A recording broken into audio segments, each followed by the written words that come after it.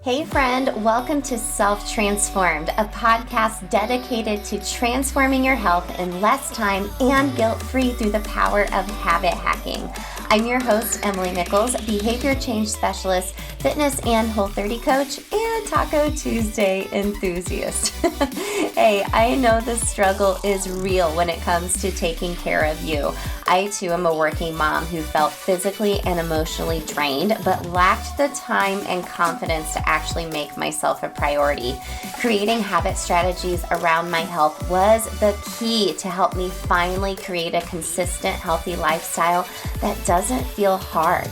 I'm now on a mission to equip you with those same sustainable habit hacks to help transform your life from the inside out, guilt-free. Together, we will simplify your health into daily habits that don't feel like another thing on your long to-do list, but rather consistent actions that add up to a massive transformation that will stick through all seasons of your life. So if you're ready to habit hack your health and create your own self-transformation, then let's do this.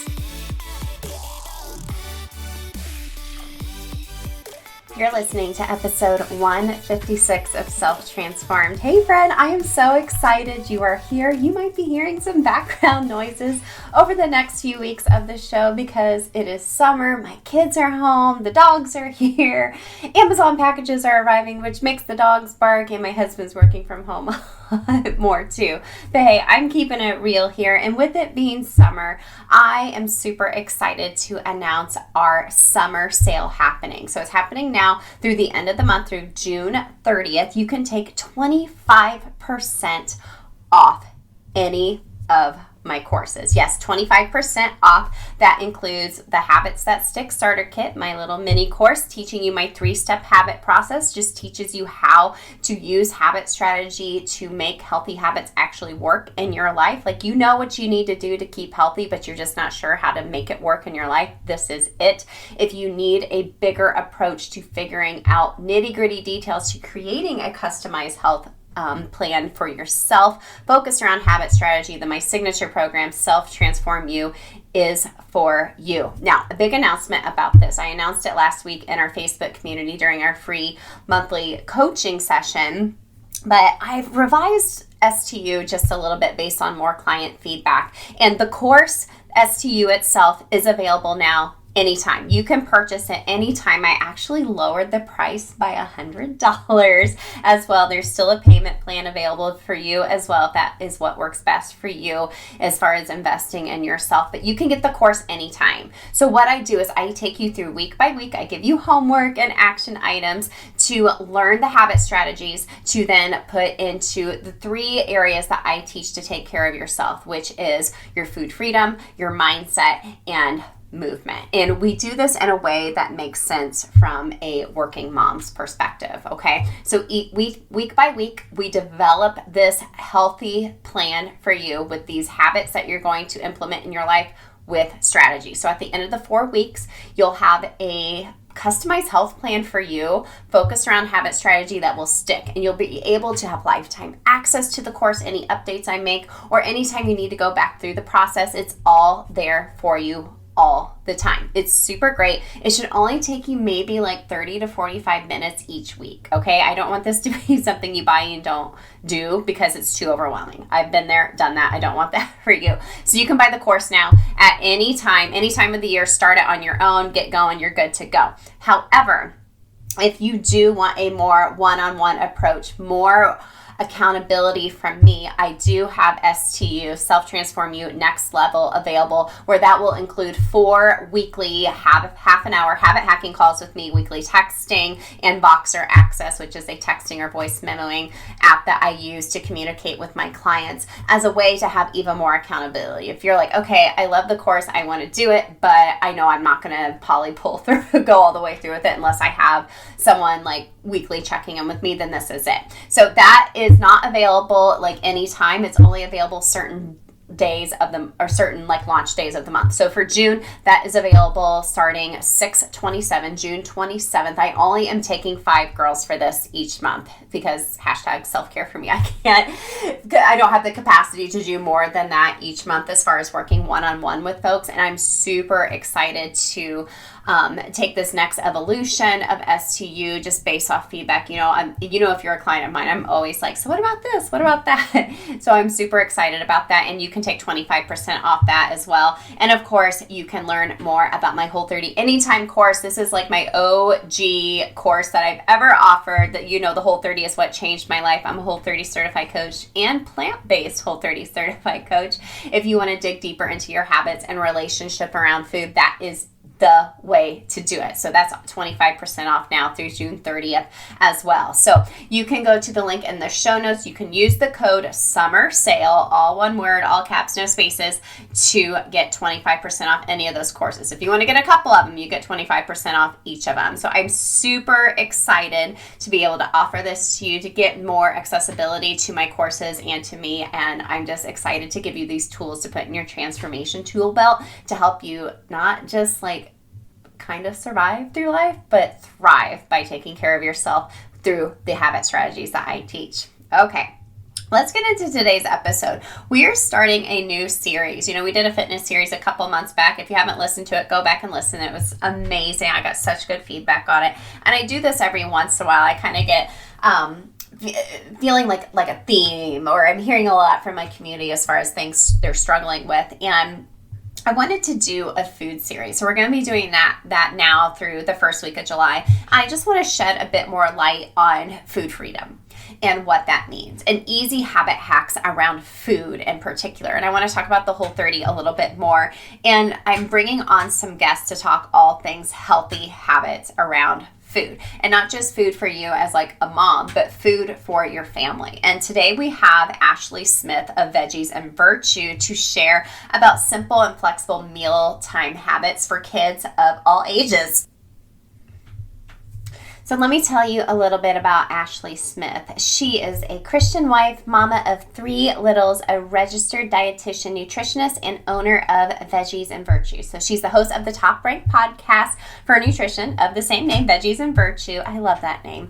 And she equips moms with the know-hows they need and hacks they crave to find freedom, flexibility, and fun when feeding their families. She wants busy moms to find flexible meal and snack ideas that are manageable rather than monotonous, meal planning options that are easily organized instead of overwhelming. Hallelujah, we're going to be talking about that. And eating habits that empower their family to regularly enjoy nutritious foods. So she's actually super passionate about encouraging moms in mealtimes, messes, moments, and ministry of motherhood. I love this so much. So Ashley and I have a really great conversation. She shares some really wonderful tips on making mealtime less complicated. I know if you're like me, sometimes when I get the question, what's for dinner, it's like, oh my gosh, or even just thinking about meal planning for the week, which is something we dig in deep and as far as into STU, as far as habit hacking, meal planning, and grocery shopping and all the things. But she helps our kids, the conversation that it turns to is it's allowing your kids to find their way with your guidance as their parent into their own way of intuitive eating and having a great relationship with food. Those little minds are soaking up everything we're doing and making mealtime not so much a struggle, which I know so many of us struggle with, especially with like picky eaters or right now, sports and traveling all the time and your kids being home in the summer and they're eating all the food. We need to help them create a great relationship around food and nutritious food, and not see it as good or bad, or that mealtime is a struggle for everyone. So, and of course, there's some really super simple habit hacks she shares that I love and I will be personally implementing as well. So get a pen and paper handy. As always, I'll be sharing my 3 biggest takeaways for you at the end. Enjoy this conversation with Ashley Smith of Veggies and Virtue.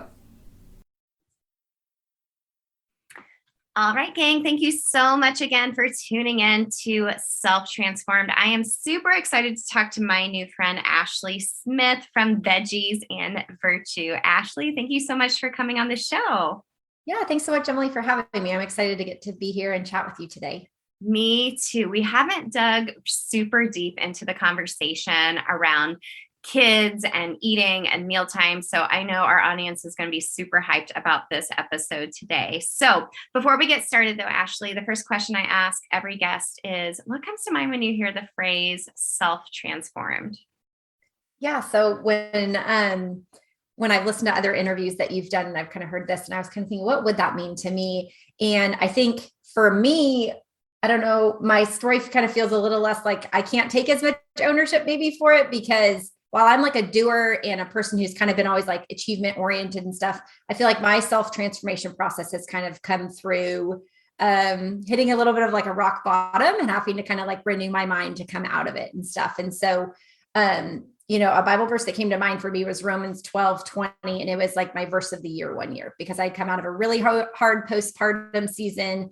And I think I'd always kind of been able to figure out how to kind of bootstrap my way through things and figure out how to get scholarships and go to school, and then figure out, how to move to grad school and how to be healthy and do all these things. But I feel like for me, self-transformed has been less like the physical things that I was able to do and kind of more getting my mind right and renewing my mind so that I could really, test and approve. What did that mean for me to live a life that was self-transformed, but not through necessarily my own doing? Right. What was the Bible verse? Do you remember off the top of your head? Yeah. So it was Romans 12:2, and it says, do not conform to the pattern of this world, but be transformed by the renewing of your mind. I love that. And it goes on then a little bit more, but I feel like it was my verse of the year a couple of years ago. And so I feel like I've kind of been living out this self-transformed process since, of kind of seeing where are my thoughts or my lifestyle, in a way that just kind of need to be renewed and things like that. I love that. A lot of times it starts internally. That's for sure. Yes, absolutely. And I think too, for moms, like postpartum, there's just such a season of self-transformation. I think it's so easy to start with our bodies and our lifestyle and things like that. And while, of course, I'm a dietitian, I think that's hugely important. I think, my personality type had always made me think, oh, this is on me. I can do this myself. And I think postpartum with 3 little ones at home, I realized I just can't muster it up anymore the way I could. So it's kind of been this, transformation story since. Yeah. Well, let's talk about your own transformation story. Kind of, you mentioned you kind of hit a point where you're like, I got 3 kids, super little, going through postpartum. Kind of tell us about that story and what led you to what you do and really just who you are today. Yeah, absolutely. So, like I said, I'm a mom of 3. My oldest is 8 now. And so when I was a new mom, I had already worked at a pediatric hospital as a pediatric dietitian. And I kind of thought I knew what I needed to know as a pediatric dietitian for feeding my own kids. And everyone who's listening can probably quickly laugh at that and know the direction that this goes. Is it's really easy to parent parents when you've never been one. And that was definitely the case for me. I assumed breastfeeding would be really easy. I assumed like feeding and introducing solids and then having a really adventurous eater who ate everything I put in front of her. And none of that was the story. I mean, for me, breastfeeding was a disaster, and introducing solids was horrible.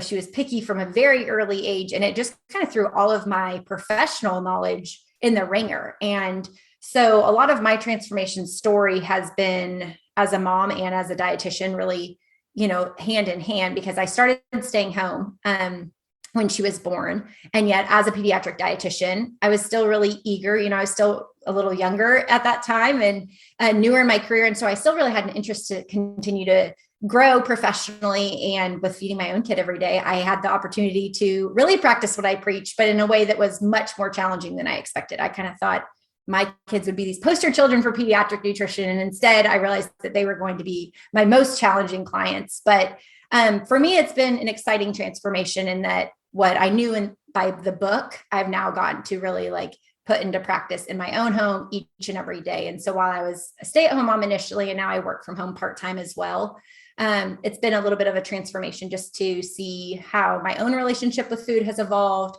how my own perspective on feeding as a mom and as a dietitian has evolved, and how the way that I approach feeding my own family has really evolved. And so I think, over the last 8 years, there's been a lot of transformation in each of those areas. It's been really exciting. Yeah. So tell us about what you do with Veggies and Virtue. I know you said it started as a blog. You've launched it into a podcast now. So tell us a little bit about what you do there. Yes. So initially it just kind of started out as an Instagram account where I'd share pictures of my daughter's lunchbox and, just kind of wanted a professional outlet for the few hours a week that she was at mom's day out. And then I realized, understandably, I was getting a lot of questions because as a pediatric dietitian and as a mom, people were looking to me to answer a lot of their woes, feeding woes and questions that they were having. And so it just started to kind of evolve from there in terms of how I could come alongside families and, help field their questions and help serve them in their feeding relationships and things like that. But really trying to help families understand what's that best practice advice that can often feel really unattainable and so far-fetched when you're in the thick of motherhood, but really bringing it into the everyday sustainable systems and strategies that moms can use to, build really healthy feeding relationships with their kids and for their kids and for their families. But just kind of doing that through the feeding stages and ages that my own kids have been. And just kind of as we walk through it ourselves, it gives me day-to-day field work to get to do. And so I've just kind of shared that process with different families and worked with different families to help coach them in their own feeding struggles and their own feeding journeys. Yeah, I love that so much. Well, let's get into some of this because I have a lot of questions and just thinking when my own kiddos were little and now as a teenager and a 10-year-old, all different stages of eating as we're moving along here. I know a lot of times the women I work with through my program, they'll be like, okay, I'm trying to make healthier meals. And I find that my kids are really picky, or maybe even like your spouse is a really picky eater too, or they don't like a particular food group. And I find that sometimes moms are like, well, I'm making this one meal and then I'm making another meal for, Tyler, but then, Dylan only likes this. And then this other one has this, avoidance to whatever food. So what would be your suggestions to kind of overcome that? Because I feel like that can feel overwhelming and allow moms at mealtime or even preparing meals to feel just super overwhelmed and then turning into what's the easiest, the quickest thing we can do that maybe might not be the healthiest choice for everybody. Yes, absolutely. I think that can be a really common problem. And, as I mentioned with my transformation story, I knew what to do and what to serve my kids. Mm-hmm. And yet early on, I realized what I wanted to offer my kids and these meals I was making, they didn't want to eat. And it was, obviously a big shot to my pride. But beyond that, I had to figure out what am I going to make if my kid's not eating anything from what I'm making, except maybe the dinner rolls or a glass of milk or something like that. That wasn't really sustainable long-term. And so a framework that I came up with is love it, like it, learning it. And that's because as parents, our job in the feeding relationship is decide what food is offered, when food is offered, and where food is offered. From there, our kids get to decide if they eat it and how much they eat.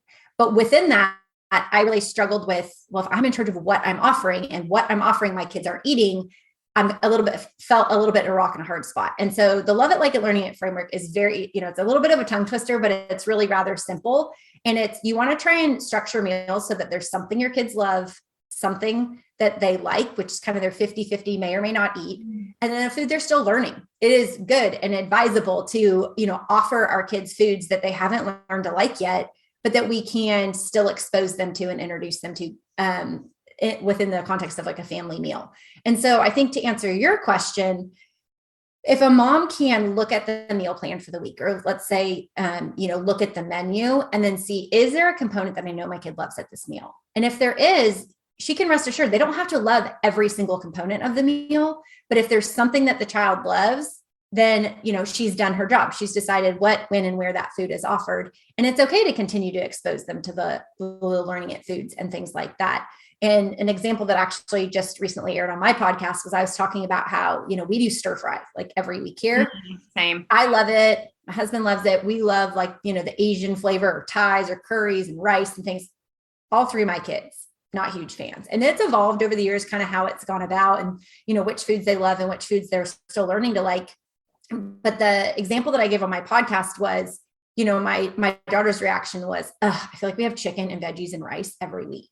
And even as a dietitian, I feel like that's the stereotypical people are like, I don't want to eat chicken and broccoli and brown rice every, but I came out of my 8-year-old's mouth. I was like, ooh, well, can I blame you? I think it tastes good. I really do, but I can't blame you. So for me, like for what we did in this application was, and again, we've tried lots of different things over the years to make it more engaging with different ages and stages, which I know may or may not resonate like with your age kids or some of the listeners, families that are here. But, we just switched the protein. Like my kids love steak and they love salmon. So all of a sudden we did like a teriyaki steak or a teriyaki salmon instead of like a teriyaki rendition of a chicken. And then all of a sudden it like was a non-issue. It wasn't like they were like, oh, they're having the same chicken, veggies, rice, but it was like, oh, we're having steak, or, oh, it's salmon because we always have salmon, so it's like those small little pivots, but I just needed to kind of hone in on what is the go-to love it food. When my kids say, Mom, what's for dinner? I mean, every mom's been in this position, right? Where your kids say, Mom, what's for dinner? You want to lead with that love it food. You want to lead with the thing, that they're going to get excited about rather than the thing that that they're still learning. And they're going to be like, I'm disinterested before you even told me what you're actually making. Mm-hmm. And so all of a sudden I could lead with, oh, we're having, salmon kebabs, which was really just the leftover vegetables on a stick with some salmon, and to them, it was like, cool, it's on a stick. My kids are a little younger, so the novelty still works. But I think if families can kind of start to think through that, like if there's these meals that you're consistently making, start with those. Just start with the few that the proteins, the veggies, the starches, the sides that your kids like, and rotate those to complement maybe some of those foods that they're still learning to like.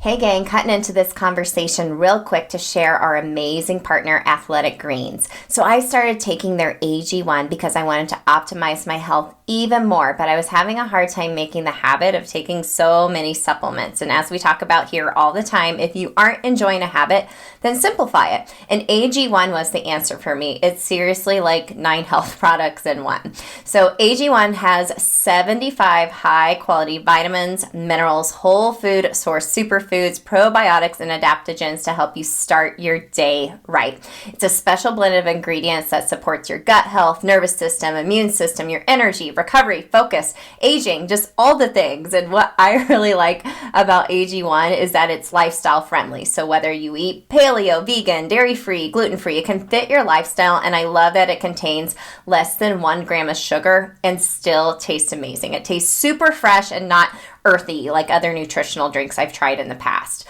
So drinking AG1 every day has been a major keystone habit in my health. I have stacked it onto my already established morning habits consistently over the past month, and it has helped me so much with my energy levels. It's helped with my recovery from my workouts and even my digestion. It's so much easier than trying to take a bunch of supplements. It's just 1 scoop in a cup of water every day. That's seriously it. So if you're wanting to give this super simple, convenient daily nutrition a try, Athletic Greens has made this very simple for you. They're going to give you a free 1-year supply of immune supporting vitamin D and 5 free AG1 travel packs, which I never traveled without now myself, with your first purchase of AG1. And y'all, it comes in the cutest canister to store your powder in and a bottle to easily measure out your water with a scoop. You'll love it.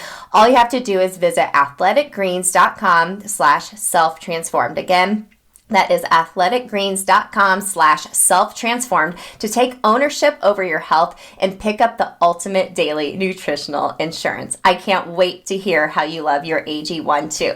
Let's get back to the show. Yeah, I think this applies towards any age group, to tell you the truth. Just thinking of like my teenage son and my 10-year-old too. When my 14-year-old was little, like we would always make like oven roasted, like crispy Brussels sprouts. And we would try like different like sauces or seasonings on it. We're like, it's really, really good. You should try it. And he was just like that.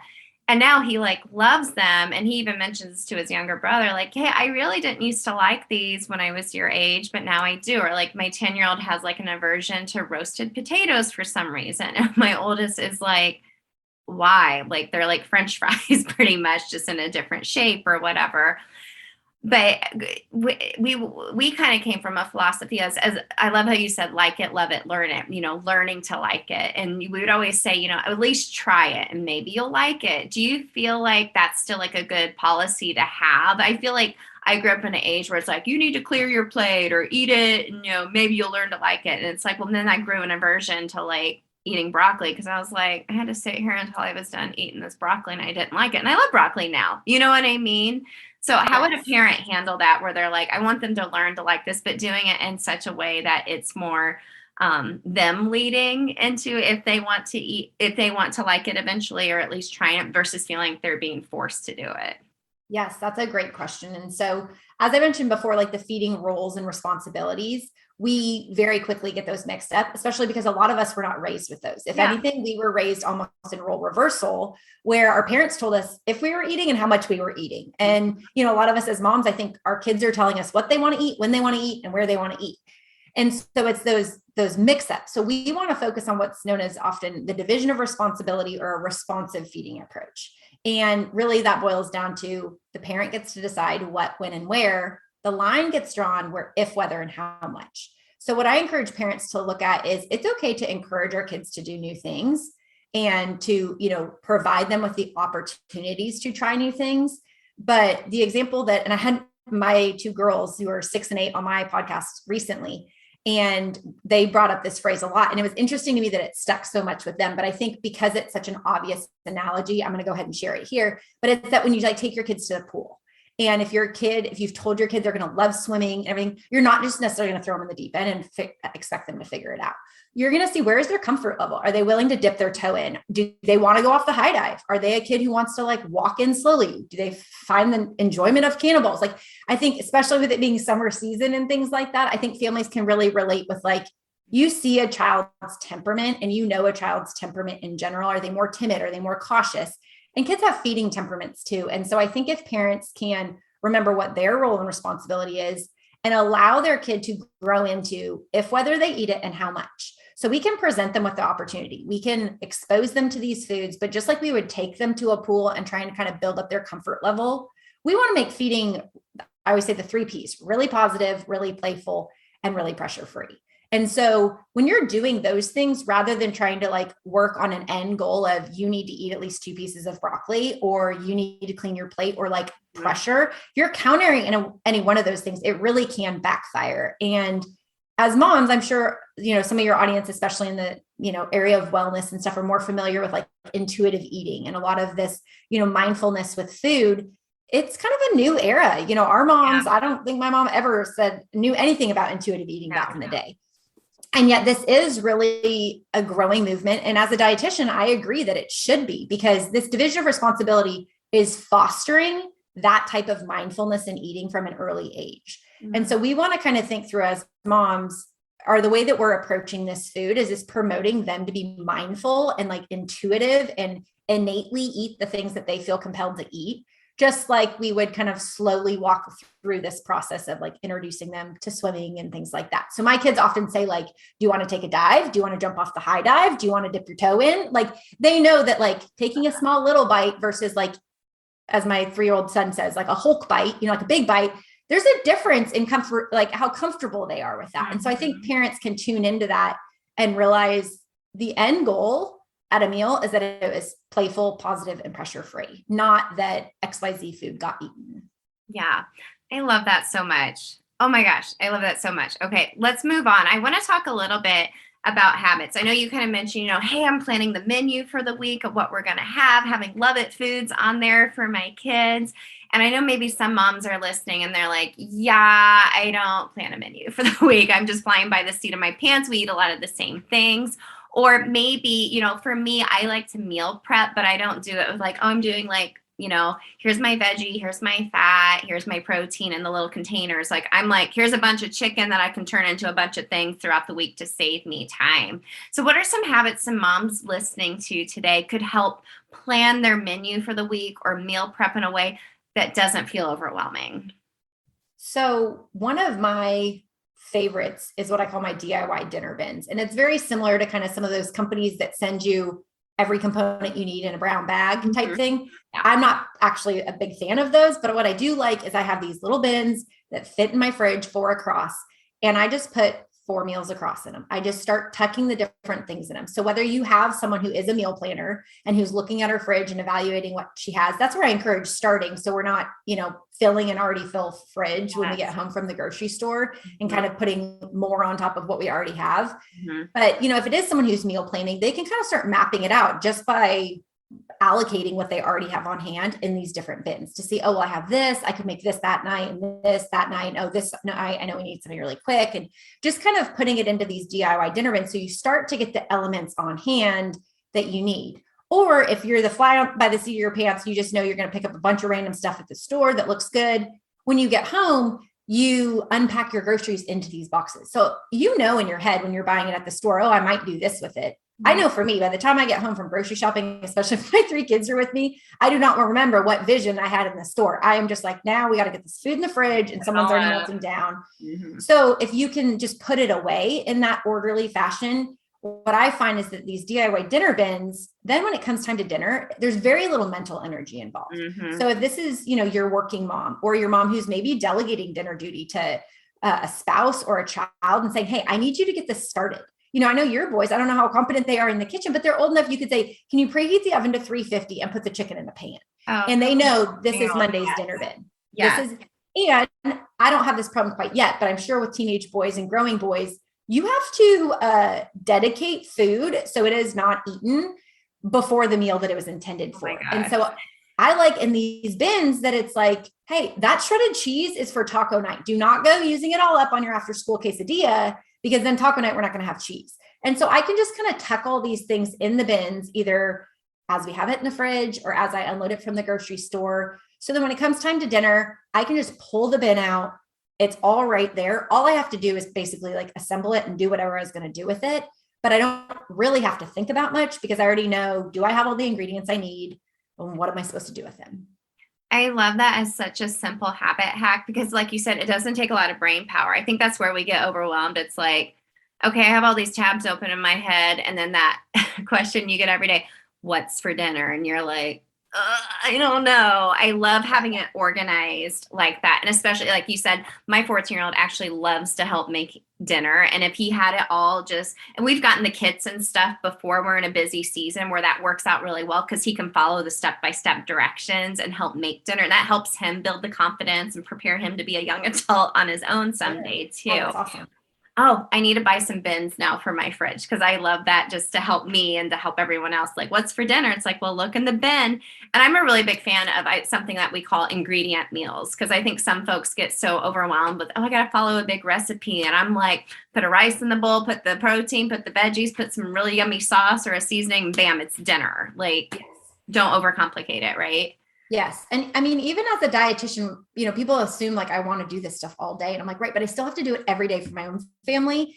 And I do it for work. So sometimes I'm just like, I have zero appetite and nothing sounds good because all I ever talk about is feeding people and feeding families and feeding kids and picky eating and all that kind of stuff. And so for me, I noticed when I was kind of doing things by the book and like properly with like sitting down to meal plan and coming up with recipes and then making a complicated grocery list.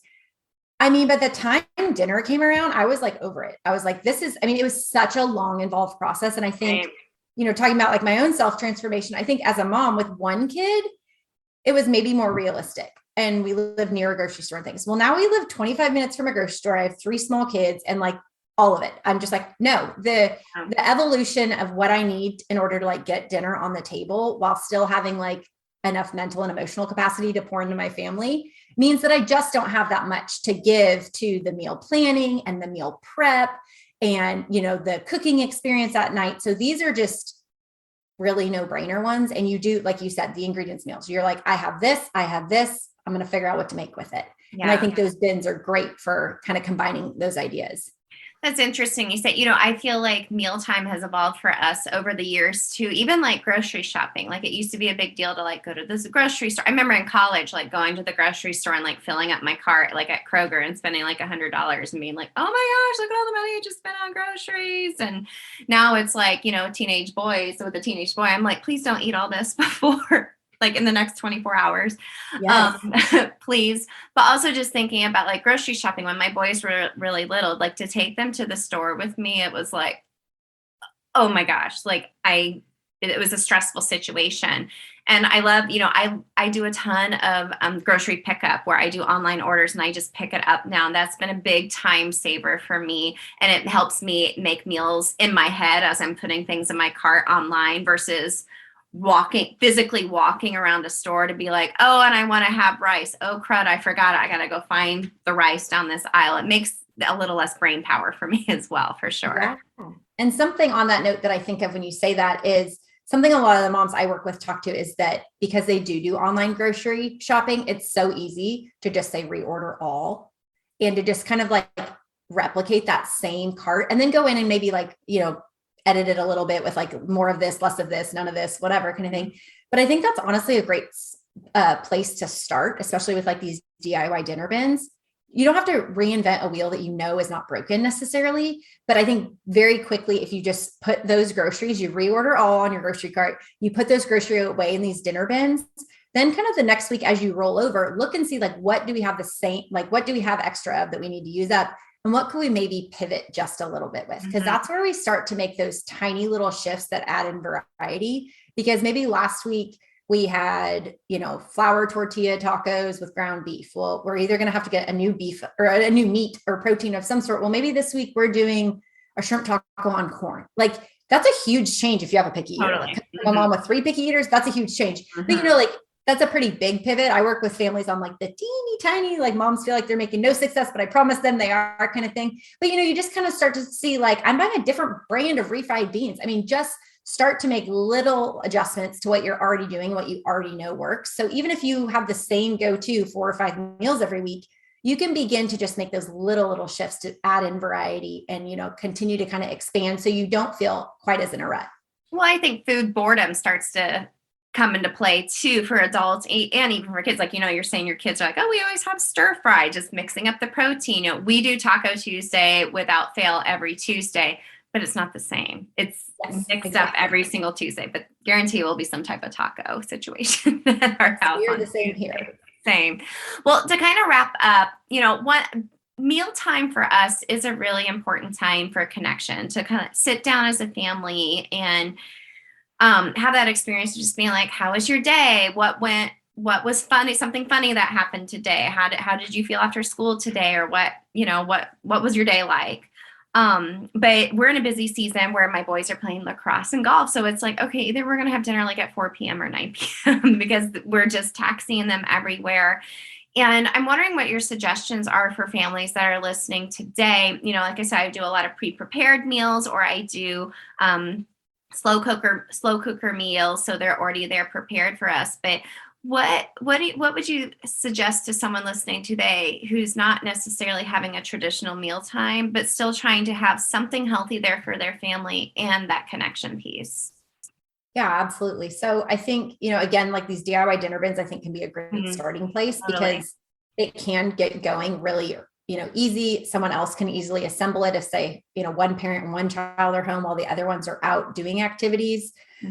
Doing, like you said, with the, ingredient bowl and stuff, doing anything that's like a build your own. So it's like, if you could just kind of have the containers and the elements. I know that's something my husband and I have done because he's often not here for dinner. And so it's like just having the kind of components of a meal that they can put together. So it kind of feels like a shared meal, not everyone's kind of fending for themselves. I think as moms, that's a lot of times in our nature. I don't want to feel like everyone's eating a separate meal. So if we're all still eating the same thing, even if it's at separate times, there can still be a sense of togetherness. Yeah. And so, having like a plan of some sort of thing. So it's not like, well, we're going to hit Chick-fil-A on the way home and you're hitting Chipotle and figure it out, and that's life and that happens. Sure. But I think if we can find some systems and, I know it's you being big on habits, like I think if we can kind of get into some habits where it's like, okay, even if it's just one night a week, it's a crock pot, one night a week, it's the tacos, one night of the week, we grill 2 batches of something. So there's extra leftovers tomorrow, things like that.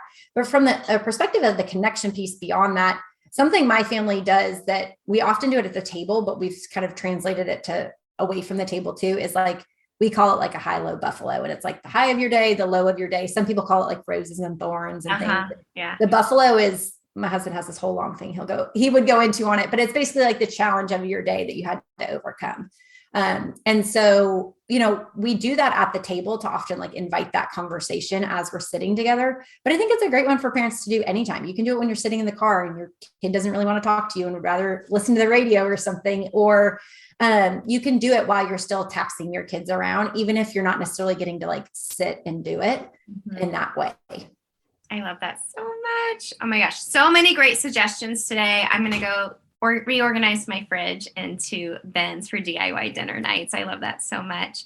Ashley, thank you so much for this conversation. Where can everyone connect with you and learn more about Veggies and Virtue? Yes. So I have veggiesandvirtue.com. People can definitely find me there. I also have the Veggies and Virtue podcast. I do like 20-minute episodes to help moms in meal planning, meal prep, and meal times. And also I'm at Veggies and Virtue on pretty much all social media platforms. Thanks. Awesome. We'll make sure to link that in the show notes as well. So again, thank you so much, Ashley, for this conversation. I learned a lot, and I know everyone is at home like rewinding furiously taking notes now. Thank you so much for having me. It was fun to get to chat. Ashley, thank you so much for this conversation. I could have used you a few years ago too, and my kids were super little. But like I mentioned at the beginning of this episode, and what I titled this episode is there's some really great habit hacks she shares around meals and meal time for kids of all ages and even adults, especially us moms when we're organizing all of the meal time. So let's talk about my 3 biggest takeaways, the cliff notes, if you will, of my conversation with Ashley Smith of Veggies and Virtue. So number 1, I love how she presents food as love it, like it, learning it. And what we're in charge of as adults is just where and when and what, And I love that so much. It feels so much more loving that way. And it really helps put mealtime in a positive way instead of being like, oh, here's something you really hate to eat or haven't liked in the past, and forcing them to eat it. Like we kind of talked about, I remember being little at the table, having to sit at the table by myself, couldn't leave the dinner table until I ate, like, I don't know what it was, might have been broccoli or something. I was a very picky eater when I was little. Like you could just give me like my mom's mac and cheese every day and I'd be good. I'd still be good today. My stomach would be very upset now, but I digress. But I love it because it's just leading with the love it food, and then you can switch it up. And then it just provides them with the new opportunities to try new things. So maybe you're learning it. And I love how she said, mealtime should be positive, playful, and pressure-free. So no pressuring them to eat at all. It could really backfire and turn mealtime into a really negative thing. And it really turns into, like we talked about, intuitive eating for kids and fostering this at an early age. So being mindful of the things that they eat and learning what foods they crave, and maybe adapting as their taste buds change. Like I've kind of talked about, my oldest son is 14 and likes a lot more foods now that he didn't like when he was younger, and him sharing that experience with his younger brother is really good. And I like the example her kids gave of, being at the pool. Do you want to, presenting a new food to them, do you want to dive in, or do you just want to dip your toe in, instead of them forcing them to eat like a huge bite, just have them take a little taste and see what that experience feels like for them. That feels just so much more loving and gives them a more positive mealtime experience that will overflow every single time into every mealtime. Secondly, I loved her habit hack for her DIY dinner bins in the fridge. So 4 meals across, she had the bins with all the dinner ingredients ready to go. So what I love about this habit hack is it doesn't take a lot of brain power to put dinner together, and your spouse or your kids can help with this. A big tip that Ashley shared is to shop your fridge first. Now, I have been super guilty of this, of getting extra ingredients or ordering things from Kroger pickup, and then when it comes, it's like, oh my gosh, I already had like 3 things of spaghetti for my kids in the pantry. Why did I just order another one? So I like the idea of the dinner bins. I've been doing HelloFresh because I like the idea of having it put together for me already. I love this idea even more because my kids can follow simple instructions, especially my older son, who knows how to safely use the stove or the oven and knows kind of like the flow for how I create things. And sometimes he gets a little, curious or experiments on his own with different flavors and stuff, which is always super fun. It's usually super spicy, to tell you the truth. So I gotta make sure I have some water nearby when he helps with that.